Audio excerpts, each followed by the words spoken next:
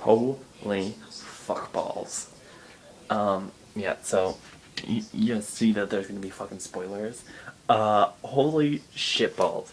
I watched The Legend of Korra, season finale for book 2. It's online, nick.com. Check it out. I've been literally like sobbing and dying for the past. I think I finished it like 6 hours ago. Holy shit. I legit cried during it.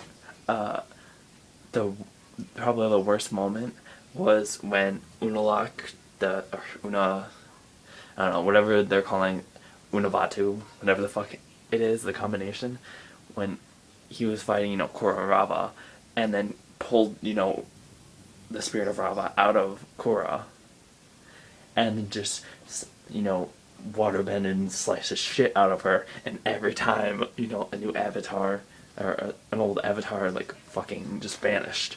Like, literally vanished forever. And, first one was probably the hardest, because the one we grew up with, and we knew it, and, it was Aang, because he was the most recent avatar besides Korra.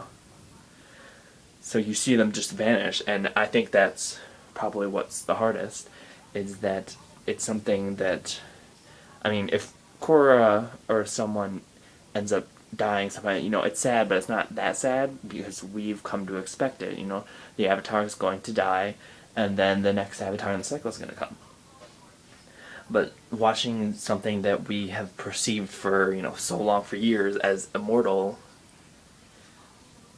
just vanish, I mean, and, then Roku vanished, and then Kyoshi, and, and then you see Yang Chen, and they're just, dropping like fucking flies, and then you see Juan, who we just recently got to know through the, the beginnings, part 1 and 2, and, all the things he's done, and he's gone, and it's all completely severed. And then you see in, the very end, everything's all happy, and Rava's back, and the Avatar's back, but that connection is still severed. And we're led to believe, and it's quite possible, that it is permanently severed. And that when Korra said that she was the last Avatar, it was quite literal. She was the last Avatar of the old era. The era of the Avatar.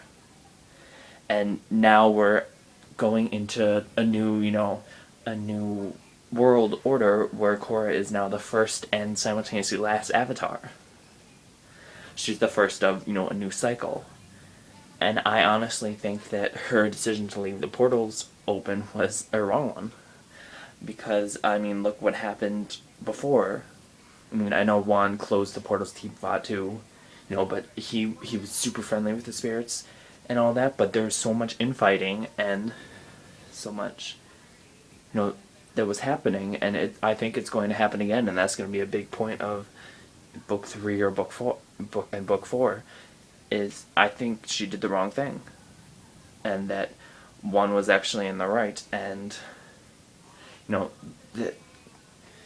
I don't want to sound pessimistic, but I don't think that humans and spirits can live together. It's kind of like that privilege thing that was a really big proponent in season 1. Benders having the power, and the ones who, were kind of in charge. And I think the same thing's going to happen with the spirits. I mean, now they have, the power to fight back, sort of, because there's a bunch of benders, but think about, Ko and, all those, powerful spirits that the majority of humans aren't, the non-benders are pretty much fucked.